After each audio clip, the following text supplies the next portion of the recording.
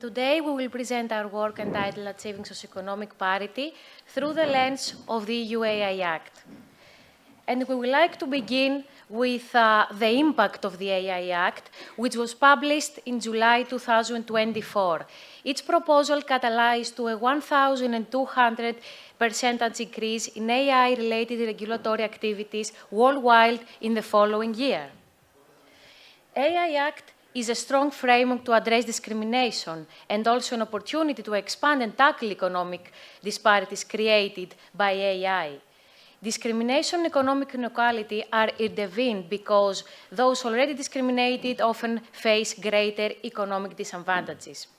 The combination of socioeconomic status and vulnerability can create greater unfairness. Notably, according to the EU gender pay gap of 2020, there was a 13% gap between females and males, with only a 2.8 points increase over a decade. Regarding socioeconomic status under EU anti-discrimination law, CES is not explicitly included neither in the Treaty on the European Union nor on the Treaty on the Functioning of the European Union, as well in the anti-discrimination directives. Though CES is not listed under Article 14 of the European Convention of Human Rights, the Court may expand this interpretation. There are variations among member states.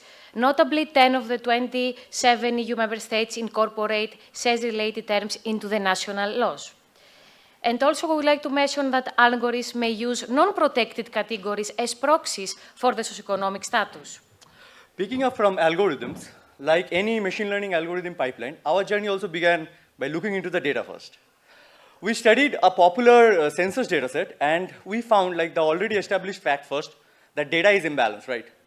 Favoring the majority class, the majority group, for example here, males, in favorable outcomes, expected favorable outcomes, much higher than the females. However, what we found additionally is that, like, there is this favorable gap, this favoritism gap expectation narrows down as certain privileges due to socioeconomic statuses increases, and vice versa.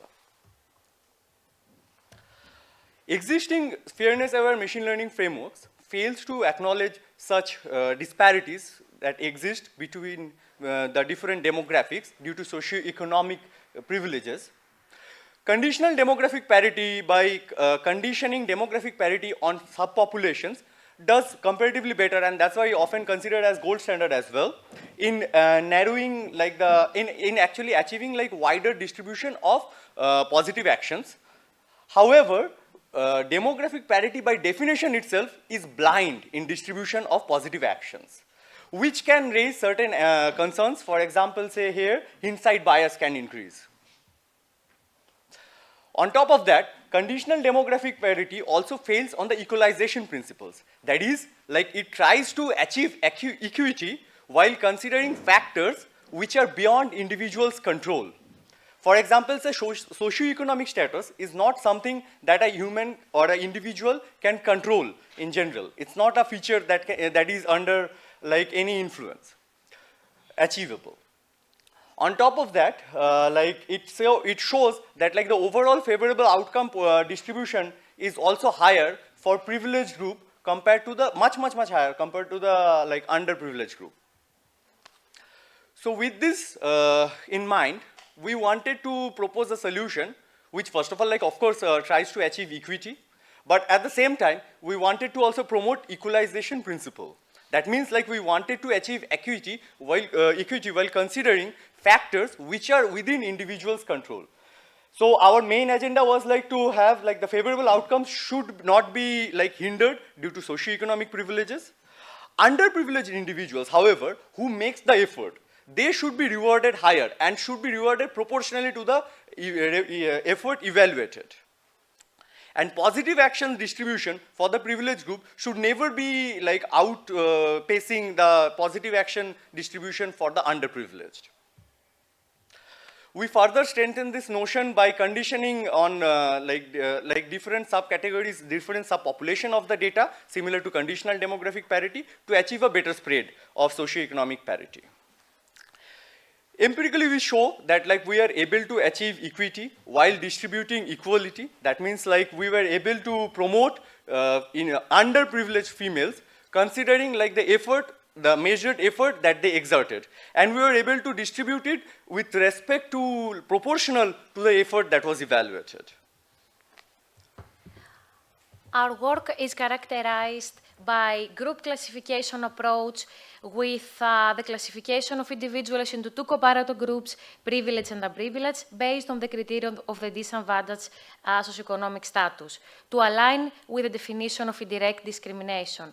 Also, the counterfactual reasoning and positive action where the unprivileged group will have a higher capital gain if we increase the attribute value for the identified females that do not belong to the top 5%, assuring the least possible impact on advantaged groups without causing any adverse consequences, aligning with the proportionality assessment. Also, by investigating in our work the AI Act, first Wilson mentioned that the first step is to identify the risk level of the AI system, and AI Act classifies credit scoring systems as high-risk systems with the requirements of Articles 8 to 15, and should undergo a conformity and fundamental right impact assessment. AI bias under AI Act mandates bias detection and mitigation, representative datasets, technical documentation, record keeping, and human oversight. Our work is guided by the following question. Are the selected attributes of the AI fairness-aware approach or metric necessary and appropriate to protect the legitimate interest of the protected groups?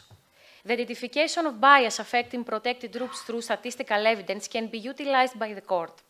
The model interpretability uncovers factors in comparator groups, unprotected attributes, and population hierarchies. We approximate our idea with the following two steps. Basically, the idea was like in absence of expert, how you understand like what is the ground of privilege. For that, like we proposed a very two-step like algorithm. We start with identifying or like historically taking the group which have been identified as being privileged, like for example, say the males, and train the model with that data only, and then identify like the features that impacts most in providing favorable outcomes to that group. Noted that like such feature identification must have certain restrictions. For example, say there should be an hierarchical characteristic within such features to identify the hierarchy of privileges. Now about like the threshold, how to identify like what threshold should quantify as above privilege and below underprivilege. For that, like you can like choose any of the rules that suits the problem statement. Here we followed like the popular 3/4 rule that is followed across like in the equality of employment principles. Our work can be utilized in the AI Act standardization. This is our proposal. And more specifically to the conformity assessment by supporting the identification and mitigation of unfair discrimination. Second, by guiding the design and the development of the AI system.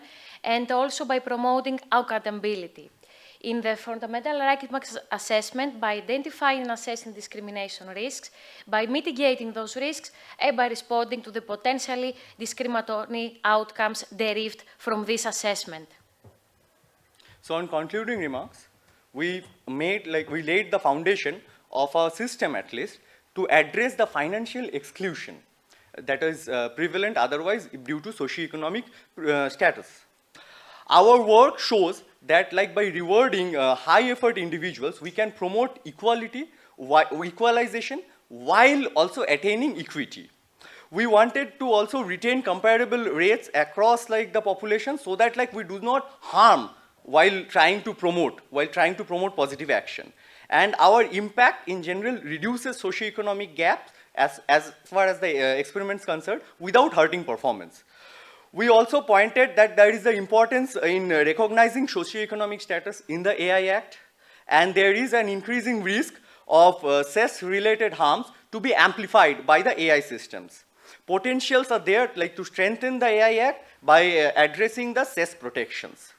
In future, we would also like to encourage researchers scientists coming from the sociological and economic backgrounds to focus more into this area so that they can enrich together this like domain further.